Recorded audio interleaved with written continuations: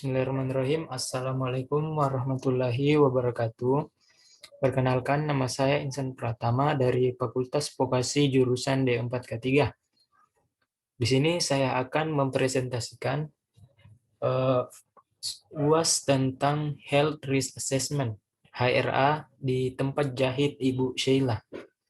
Nah, di sini kita lihat kata pengantar.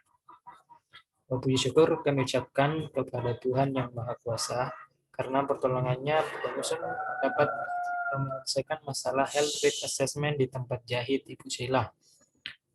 Penyusun menyadari bahwa masih banyak kekurangan dan penyusunan makalah ini, sehingga kritik dan saran sangat kami harapkan. Ucapan terima kasih besar harapan kami laporan ini. Adapun di bawahnya surat pernyataan bebas plagiat. Nah, di sini yang bertanda tangan yaitu saya, Insan Pratama, dengan NIM atau NPM 2070525676 Fakultas Vokasi. Nah, ini menyatakan bahwa Health Risk Assessment tempat jahit Ibu Sheila benar bebas dari plagiat, dan apabila pernyataan ini terbukti tidak benar, saya bersedia menerima sanksi sesuai ketentuan yang berlaku. Demikian surat pernyataan ini saya buat untuk dipergunakan sebagaimana mestinya. Labelang 29 Juni. Nah, kita mulai pada daftar isi. Di daftar isi ada pendahuluan, latar belakang, tujuan, bab 2, tempat kerja, metode pelaksanaan, identifikasi hazard, health risk assessment, program pelayanan kesehatan. Terus di bab 3 ada identifikasi hazard. Pembahasan yang ada di bab 3 ini ada identifikasi hazard, health risk assessment, dan program pelayanan kesehatan. Dan bab keempat penutup, yaitu kesimpulan dan saran. Mari kita menuju bab pertama, yaitu pendahuluan latar belakang. Penjahit atau tailor adalah orang yang pekerjaannya menjahit pakaian seperti kemeja, celana, rok, atau jas untuk laki-laki maupun perempuan. Penjahit membuat, mencocokkan, dan mengubah pakaian sesuai permintaan dan kebutuhan pelanggan. Dapat disimpulkan bahwa tailor adalah sebuah profesi di bidang jasa yang memberikan pelayanan berupa jasa penjahit. Penjahit merupakan unit usaha kecil yang menengah yang perlu diketahui untuk ditingkatkan produktivitasnya. Usaha kecil dan menengah (UKM) merupakan sektor usaha yang memiliki peran penting dalam pertumbuhan ekonomi di Indonesia. Salah satu usaha kecil dan menengah adalah industri penjahit. Lingkungan kerja merupakan salah satu tempat yang mempunyai risiko terhadap kesehatan orang-orang yang bekerja di lingkungan tersebut, yang dapat menimbulkan berbagai penyakit pada pekerjaan yang lebih dikenal dengan istilah penyakit akibat kerja atau PAK. Para pekerja yang sakit akibat pekerjaannya dapat menyebabkan angka tidak masuk kerja menjadi tinggi, menghabiskan biaya untuk berobat, menderita depresi karena penyakit, sehingga menjadi tidak produktif. Nah, untuk mengatasi masalah ini, paling baik dilakukan pencegahan supaya jangan sampai terjadi penyakit akibat kerja maupun yang terkait dengan pekerjaan. Pencegahan dapat dilakukan apabila kita mengetahui bahaya potensial yang berisiko terhadap kesehatan untuk dapat dikendalikan. Health risk assessment merupakan kegiatan penentuan risiko bahaya potensial di tempat kerja dan menentukan seberapa besar risiko yang bisa didapat oleh pekerja.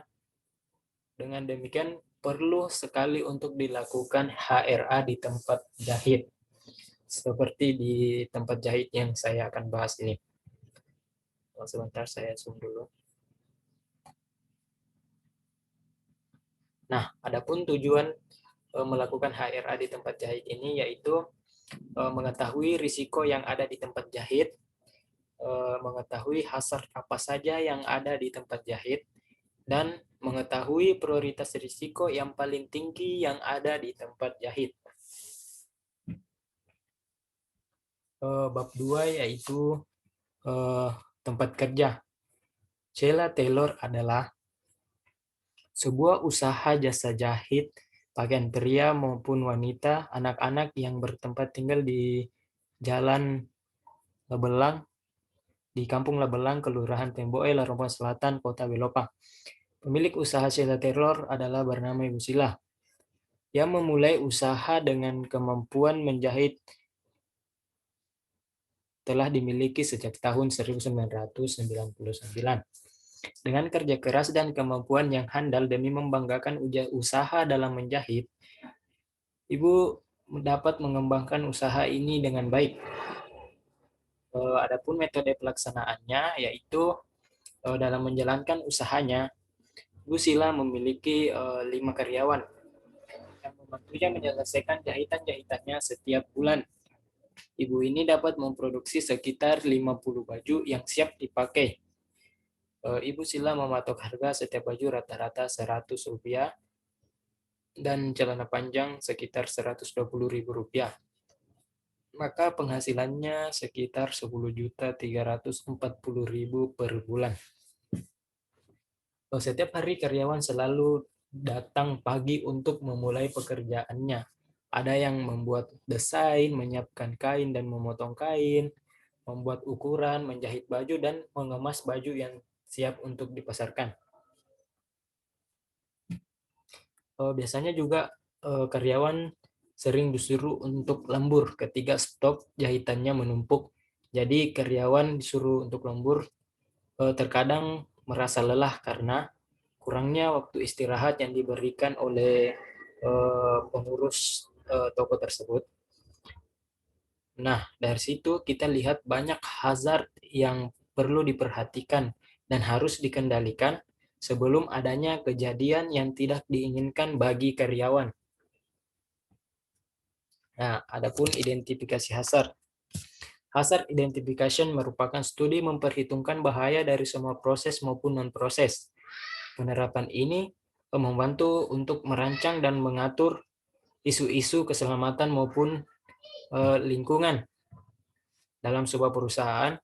Implementasi hasil melibatkan mesin atau desain peralatan manajemen dan penggunaan akhir dan memastikan semua bahaya telah diidentifikasi, kemudian melakukan tindakan pengendalian yang efektif di tempat kerja. Manfaat untuk memeriksa hazard meliputi mengungkapkan bahaya pada tahap awal sebelum terjadi kerugian.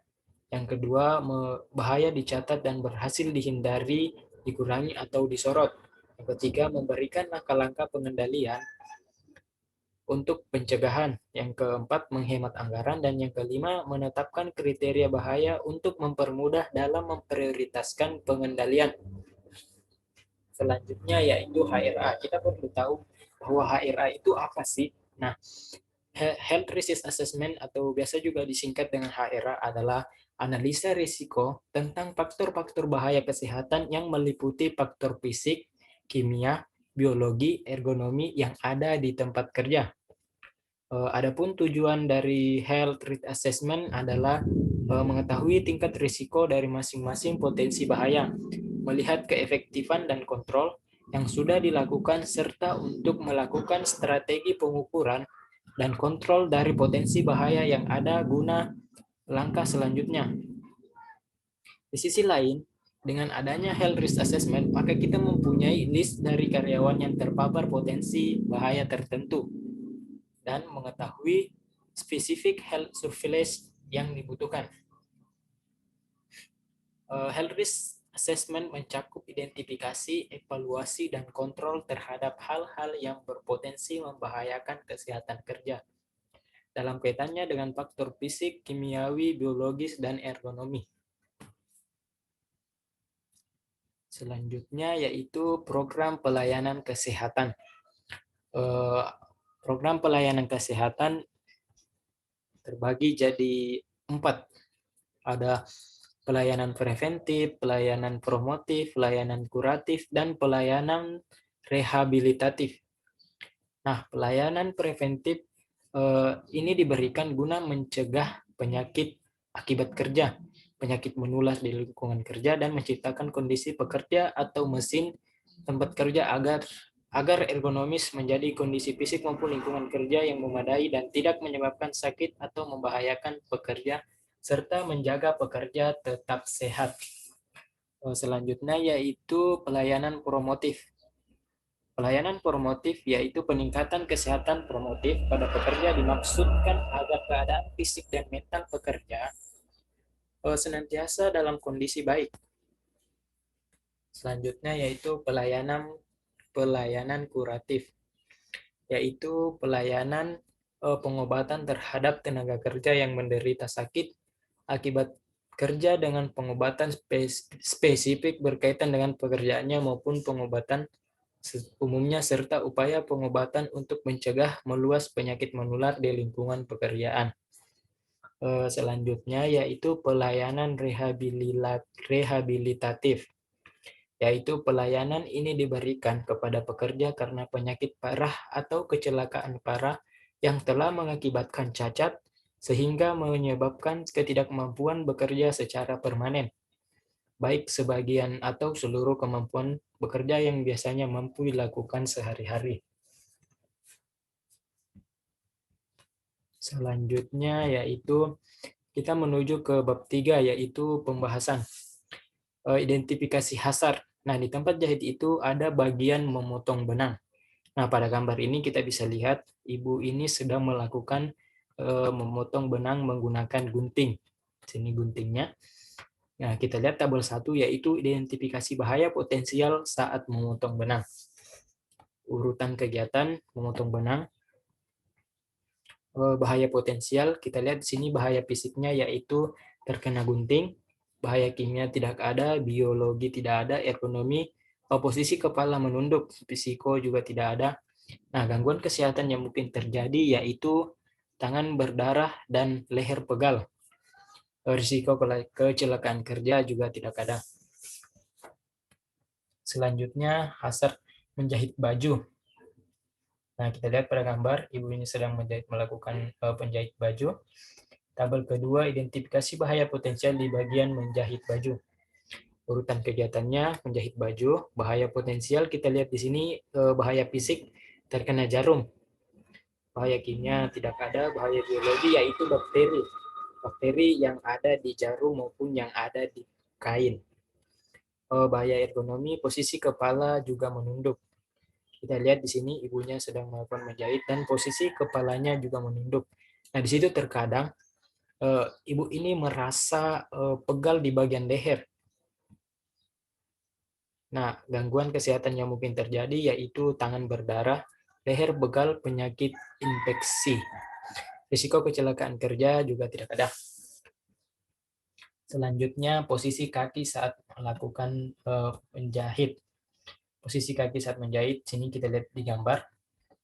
Identifikasi bahaya potensial, urutan kegiatan yaitu posisi kaki saat menggunakan mesin jahit. Bahaya potensialnya, bahaya fisik, yaitu kaki terjepit. Bahaya kimianya tidak ada, biologi juga tidak ada. Biologi yaitu bakteri yang disebabkan oleh besi yang diinjak. Selanjutnya ergonomi, badan membungkuk. Kita lihat sini badan ibu ini membungkuk karena menjahit baju. Bahaya psikologi tidak ada dan gangguan kesehatan yang mungkin terjadi yaitu keseleo dan spasme tungkai. Risiko kecelakaan kerja tidak ada. Nah, kita di sini masuk ke health risk assessment. Di sini kita lihat hierarchy of control yaitu eliminasi, substitusi, rekayasa teknik, pengendalian administratif, dan APD. Klasifikasi risiko, di sini ada risiko kendali, low risk 1 dan 4, yang risiko sedang, medium, mulai dari 5 sampai 14, dan risiko yang paling tinggi biasanya menyebabkan cacat berkepanjangan, yaitu high risk, ya tingkat risikonya 15 sampai 25. Kita lihat di sini keparahan, peluang, Ini probability, kategori, rare, kemungkinan terjadi bahaya. Mungkin Anda dapat membaca sendiri ya. Jadi saya tidak perlu untuk membacakan. Nah, kita lihat untuk health risk assessment dari hazard yang paling tinggi yang ada di tempat jahit. Jenis kegiatan, bahaya risiko, penilaian matriks sebelum pengendalian, dan pengendalian matriks setelah pengendalian. Nah, kita lihat di sini jenis kegiatannya yaitu menjahit baju. Nah, di sini kita zoom dulu. Nah, di sini bahayanya terkena jarum. Risiko yang mungkin terjadi yaitu tangan terluka.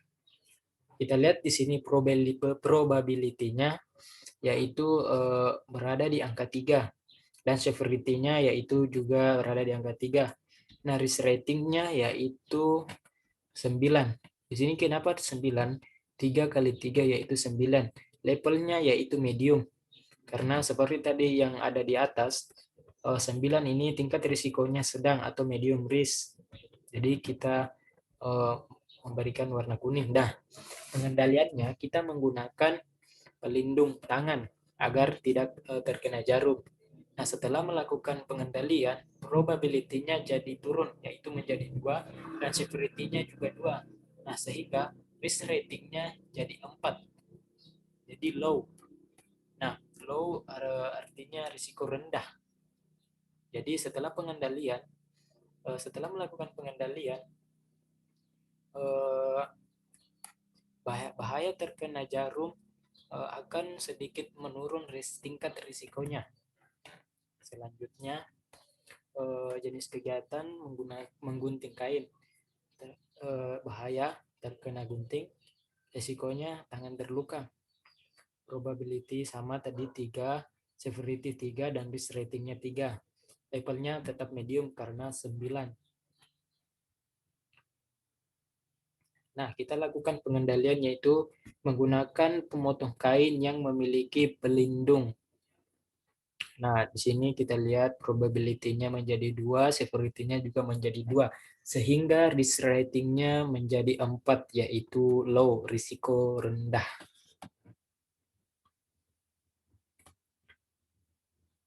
Nah, dari sini tingkat risiko yang paling berbahaya yaitu menjahit baju dan mengunting kain karena risikonya itu tangan terluka. Adapun program pelayanan kesehatan. Nah, program pelayanan kesehatannya yaitu pelayanan kesehatan terkena jarum, kesehatan lingkungan kerja, perlindungan diri terhadap bahaya dari pekerjaan menjahit. Kita di sini selalu mewaspadai bahaya-bahaya yang selalu mengintai kita. Selanjutnya, penyelesaian manusia dengan mesin dan alat kerja. Agar terbiasa dalam melakukan hal-hal tersebut, sehingga dilakukan untuk penyelesaian. Agar pekerja dan mesin jadi jadi kompak sehingga tidak terjadi kecelakaan kerja. Pengendalian bahaya lingkungan kerja agar ada dalam kondisi aman. Pengobatan terhadap penyakit dan kecelakaan akibat kerja. Latihan dan pendidikan pekerja untuk mengatasi kejadian-kejadian yang tidak diinginkan. Melakukan penyuluhan pada pekerja untuk selalu berhati-hati dalam melakukan pekerjaannya. Nah, program pelayanan kesehatan ini sering kita lakukan, kata ibunya sering melakukan penyuluhan pada pekerja untuk selalu berhati-hati dalam melakukan pekerjaannya. Biasanya dilakukan setiap sekali sebulan untuk mengevaluasi bahaya-bahaya yang sering terjadi. Selanjutnya yaitu bab 4, penutup. Kesimpulan yang dapat saya ambil dari makalah tersebut yaitu bahaya potensial yang paling banyak dijumpai adalah bahaya fisik dan ergonomi. Gangguan kesehatan yang paling berisiko terhadap pekerja penjahit adalah tangan terkena jarum gunting dan badan jadi pegal akibat duduk seharian penuh. Yang ketiga, tempat jahit Ibu Sheila merupakan tempat jahit yang paling sering ramai didatangi pembeli. Nah, adapun saran yang eh, saya berikan yaitu perlu dilakukan pengendalian terhadap bahaya potensial di tempat jahit Ibu Sheila. Yang kedua itu pengendalian yang dapat dilakukan terhadap risiko tusukan adalah edukasi cara kerja yang aman, menggunakan APD yang sesuai seperti sarung tangan, masker, pemeriksaan kesehatan para pekerja berkala dan khusus, melakukan vaksinasi bagi individu yang belum imun, bagi pekerja yang belum melakukan vaksinasi. Daftar pustaka hasil industrialisasi selanjutnya sebagai upaya mengurangi kecelakaan kerja dan risiko penyakit akibat kerja. Keputusan tenaga kerja nomor ke 04 Men 1987 tentang panitia pembina keselamatan dan kesehatan kerja P2 P3 serta tata cara pendidikan ahli keselamatan kerja Jakarta Bebas Trans RI. Keputusan Menteri Tenaga Kerja dan Transmigrasi nomor 609 tahun 2012 tentang pedoman penyelesaian kasus kecelakaan kerja dan penyakit akibat kerja Jakarta Kepmenaker Trans RI. Nah, selanjutnya yaitu kita ke makalah selanjutnya.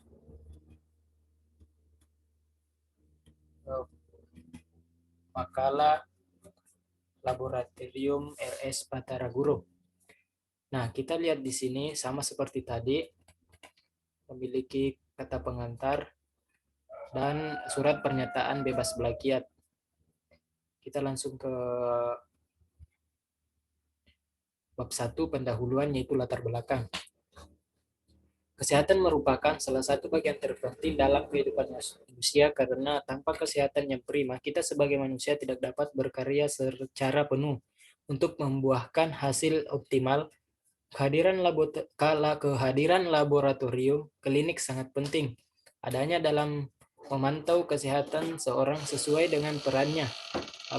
Laboratorium klinik saat ini merupakan salah satu hal utama yang dapat membantu proses pelayanan kesehatan karena dianggap memiliki peran vital untuk mengetahui kondisi kesehatan yang digunakan untuk mendukung penyembuhan, pemulihan kesehatan serta untuk menunjang diagnosis medis suatu penyakit sehingga seorang dokter dapat mengambil tindakan yang tepat.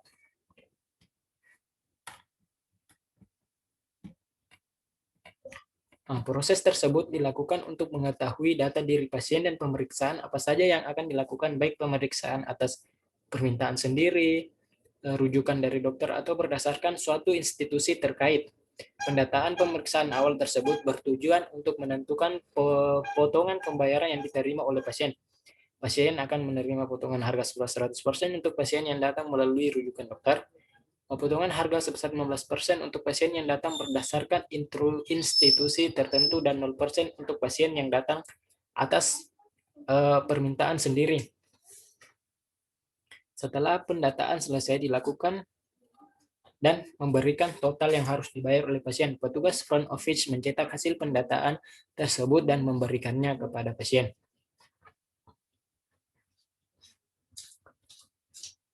Selanjutnya kita ke tujuan. Mengetahui tingkat risiko yang ada di laboratorium Bataraguru. Mengetahui hazard apa saja yang ada di laboratorium. Dan yang ketiga, mengetahui prioritas risiko yang paling tinggi yang ada di laboratorium Bataraguru.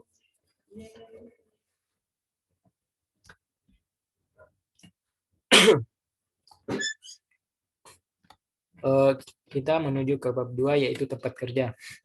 Laboratorium Bataraguru merupakan laboratorium klinik yang berlokasi di Sulawesi Selatan, tepatnya di Kabupaten Luwu, Kota Belulopa.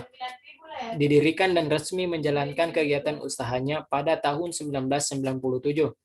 Tujuan didirikannya laboratorium ini adalah untuk menjadi laboratorium klinik terbaik dalam kualitas diagnosis dalam pelayanan. Metode pelaksanaannya yaitu proses pelayanan pada laboratorium dimulai dari proses registrasi. Seperti tadi, hasil cetak berfungsi sebagai bukti pembayaran. Nah, laboratorium ini memiliki 12 petugas di mana tiap petugas memiliki tugas masing-masing dan melakukan shift setiap hari. Petugas masuk 6 orang dan berganti besoknya lagi. Ada yang bertugas sebagai penerima pendaftar dan ada yang di ruang apotek obat, dan ada dokternya juga sebagai pemeriksa gejala pasien yang datang. Identifikasi hasar identification sama juga tadi. Terus asesmen pasti Anda juga sudah mendengar tadi, yaitu analisa risiko tentang faktor-faktor yang bahaya kesehatan yang meliputi faktor fisik, kimia, biologi, ergonomi yang ada di tempat kerja. Adapun tujuan dari health risk assessment adalah mengetahui tingkat risiko dari masing-masing potensi bahaya. Kita langsung ke program pelayanan kesehatan, pelayanan preventif, pelayanan promotif, pelayanan kuratif, dan pelayanan rehabilitatif. Kita menuju ke bab 3 pembahasan.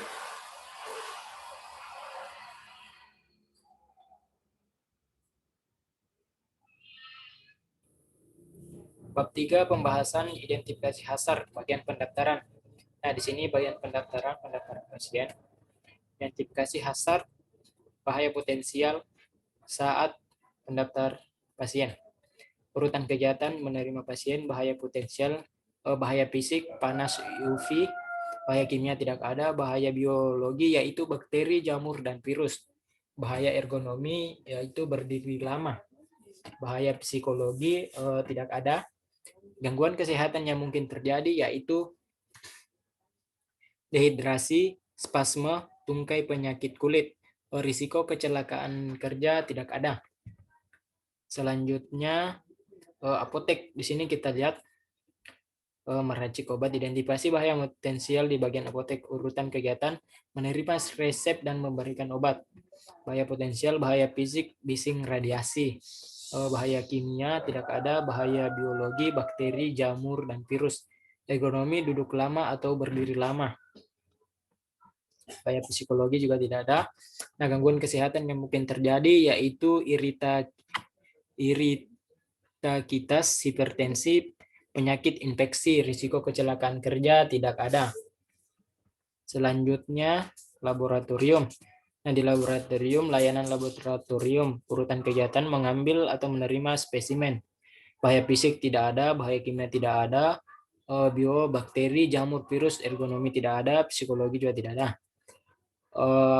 Gangguan kesehatan yang mungkin terjadi yaitu penyakit infeksi. Nah, di sini risiko kecelakaan kerja, tertusuk jarum suntik, terkena darah, cairan tubuh. Di sini masih di laboratorium, yaitu melakukan pemeriksaan. Bahaya potensial fisik tidak ada, bahaya kimia di sini kita lihat bahaya kimianya yaitu reagen, pewarnaan, antigen, klorin. Bahaya biologi yaitu bakteri, jamur, dan virus. Bahaya ergonomi yaitu postur duduk lama, membungkuk, gerakan repetitif tangan. Bahaya psikologinya tidak ada. Gangguan kesehatan yang mungkin terjadi yaitu iritasi saluran napas, iritasi mata, penyakit infeksi CTS. Risiko kecelakaan kerja yaitu terkena darah, cairan tubuh.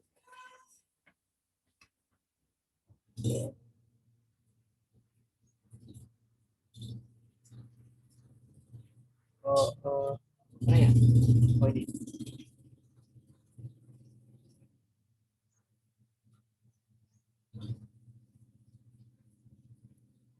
Oh, ini.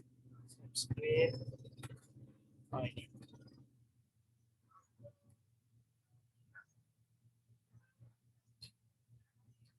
Nah, kita ke health risk assessment, hierarchy of control. Hierarchy of control-nya sama tadi, eliminasi, substitusi, rekayasa teknik, pengendalian administratif, dan APD. Klasifikasi risiko. Nah, kita lihat di sini. Jenis kegiatan.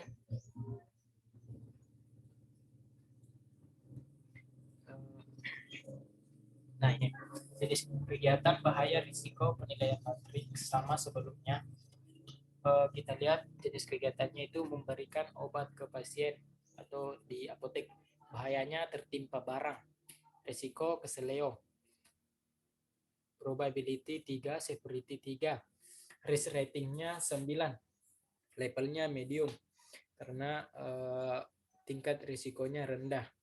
setelah melakukan pengendalian, yaitu menggunakan alat saat mengambil barang yang berbahaya. Pengendalian waktu setelah pengendalian, probability-nya 2, severity-nya 2, dan risk rating-nya 4 menjadi low. Setelah pengendalian, tingkat risikonya menjadi rendah.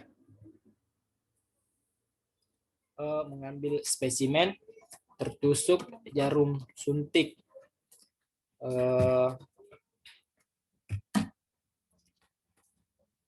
Risiko tangan terluka, probability 3, severity 3, dan risk rating 9, sama tadi. Untuk pengendaliannya yaitu menggunakan sarung tangan. Jadi probability-nya 2, severity-nya 2, dan risk rating-nya 4. Selanjutnya yaitu melakukan pemeriksaan. Kita lihat di sini risikonya yaitu terkena darah atau cair tubuh.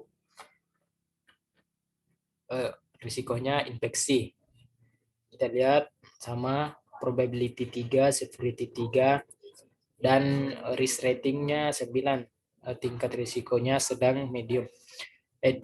Pengendaliannya yaitu edukasi cara kerja yang aman. Menjadi probability 2, severity 2, dan risk rating menjadi 4. Nah, program pelayanan kesehatannya yaitu pemeriksaan kesehatan yang terdiri atas pemeriksaan awal sebelum bekerja, pemeriksaan berkala, dan pemeriksaan khusus. Yang kedua itu penyelesaian manusia dengan mesin dan alat kerja. Yang ketiga, pengendalian bahaya lingkungan kerja agar ada dalam kondisi aman.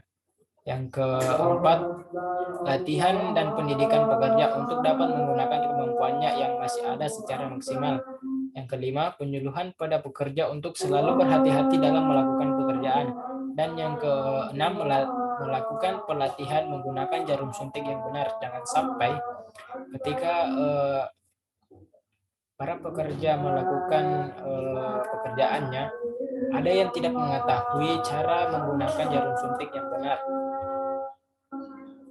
Kita menuju ke bab 4, yaitu penutup. Kesimpulan, Laboratorium Batara Guru merupakan pusat layanan kesehatan yang melibatkan banyak tenaga kesehatan di dalamnya. Kedua, bahaya potensial yang paling banyak dijumpai adalah bahaya biologi dan ergonomi. Yang ketiga, gangguan kesehatan yang paling berisiko terhadap pekerja laboratorium adalah penyakit infeksi dan kanker kulit. Risiko kecelakaan yang paling tinggi adalah luka tusukan jarum. Adapun saran yang dapat diberikan yaitu perlu dilakukan pengendalian terhadap bahaya potensial di laboratorium Batara Guru. Yang kedua, pengendalian yang dapat dilakukan terhadap risiko penyakit infeksi dan risiko tusukan adalah edukasi cara kerja yang aman, menggunakan alat pelindung diri yang sesuai seperti sarung tangan, masker, kacamata pelindung, apron pelindung, hindari recaving, spuit, pemeriksaan kesehatan pekerja berkala dan khusus. Yang selanjutnya, pengendalian yang dapat dilakukan terhadap risiko kanker kulit adalah pemasangan kanopi sebagai pelindung atau memindahkan meja penerimaan lebih ke arah dalam ruangan agar terlindung dari sinar matahari, memasang tenda ketika melakukan kegiatan lapangan. Daftar pustakanya ini. Mungkin itu saja yang dapat saya sampaikan. Kurang lebihnya mohon dimaafkan. Wabillahi taufiq wal hidayah. Wassalamualaikum warahmatullahi wabarakatuh.